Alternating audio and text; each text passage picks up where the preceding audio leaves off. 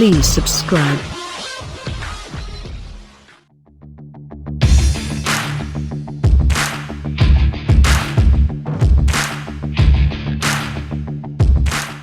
Right, now pay attention for the Nissan GT-R Nismo, because this is where it gets complicated. The Nissan GT-R, this one is the R35 generation, has been around since 2007. Which, yes, means that people are starting to ask Nissan for an all-new one, but Nissan hasn't finished with this version yet. Nissan introduces upgrades to the GT-R most years, but for 2017 the regular version received its biggest alterations so far: a power increase, a new interior layout, the most notable change, and aerodynamic upgrades inspired by the existing GT-R Nismo, the range-topping special racy version. There were enhancements to the chassis stiffness, too. The Nismo variant already had a stiffer chassis, but that stiffness was achieved by a different method to the standard car's increase. Following? Good. Now the complicated bit, because the Nismo variant has also received some modifications for 2017. But instead of things that featured on the Nismo filtering down to the rest of the GT-R range, here things are filtering back up. The Nismo gets the same interior changes as the regular GT-R, meaning that the button count on the dashboard is down from 27 to 11. That's a good thing, and with it comes a separate rotary controller for the 8.0 inches touchscreen, which is otherwise a bit fiddly to use at speed.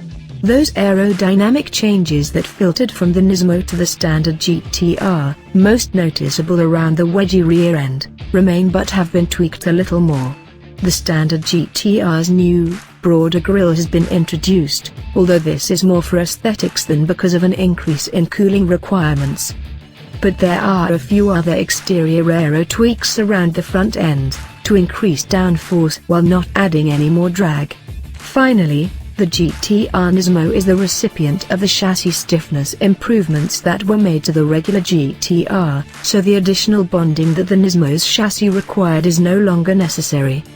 The increase in torsional rigidity means the springs, dampers and anti-roll bars have all been tweaked, all by unspecified amounts but none a great deal, to alter the handling balance. The aim wasn't only to add pure speed but to increase the feel of agility and make the Nismo a bit more playful near its limit. When it comes down to actual increases in cornering ability and slalom times, Nissan claims a modest 2% improvement. Unlike the regular GT-R, neither the engine nor the gearbox of the 2017 Nismo has been touched, so it's still a 592 bhp, 3.8-litre V6 whose turbos have been nicked from Nissan's GT-R GT3 race car.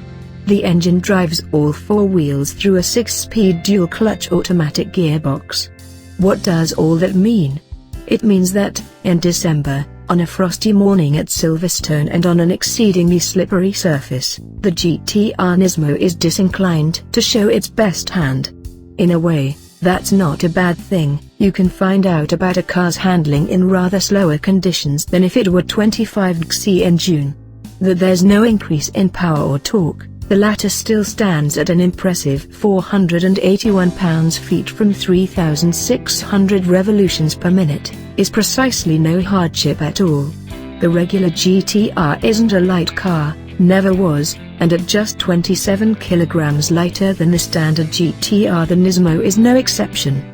But 592 bhp makes pretty light work of 1,725 kilograms.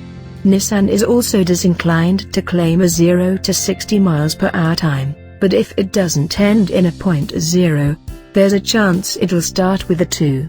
Peak power arrives at 6,800 revolutions per minute and you can rev the engine to all but 7,000 revolutions per minute.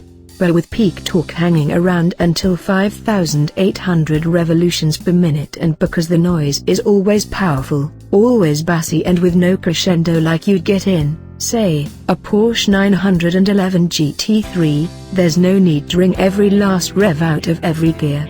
Improvements in grip levels are, in these conditions, impossible to note.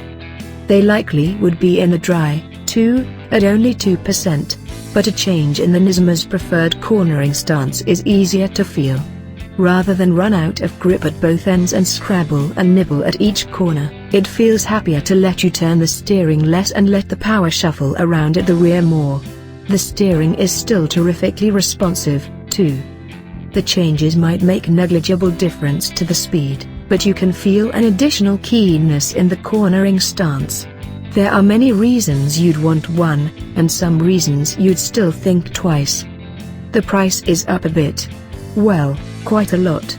Instead of £125,000, the Nismo is now £149,995. I seem to remember when a GT-R was once the budget alternative to a supercar. Now, the Nismo is supercar priced, though that doesn't mean you're being taken for a ride.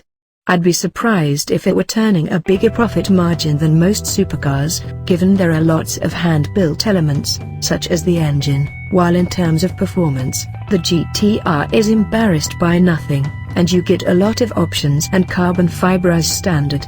Either way, Nissan will have no trouble selling the 24 or so Nismos that are heading to the UK, and their drivers will have no trouble enjoying them.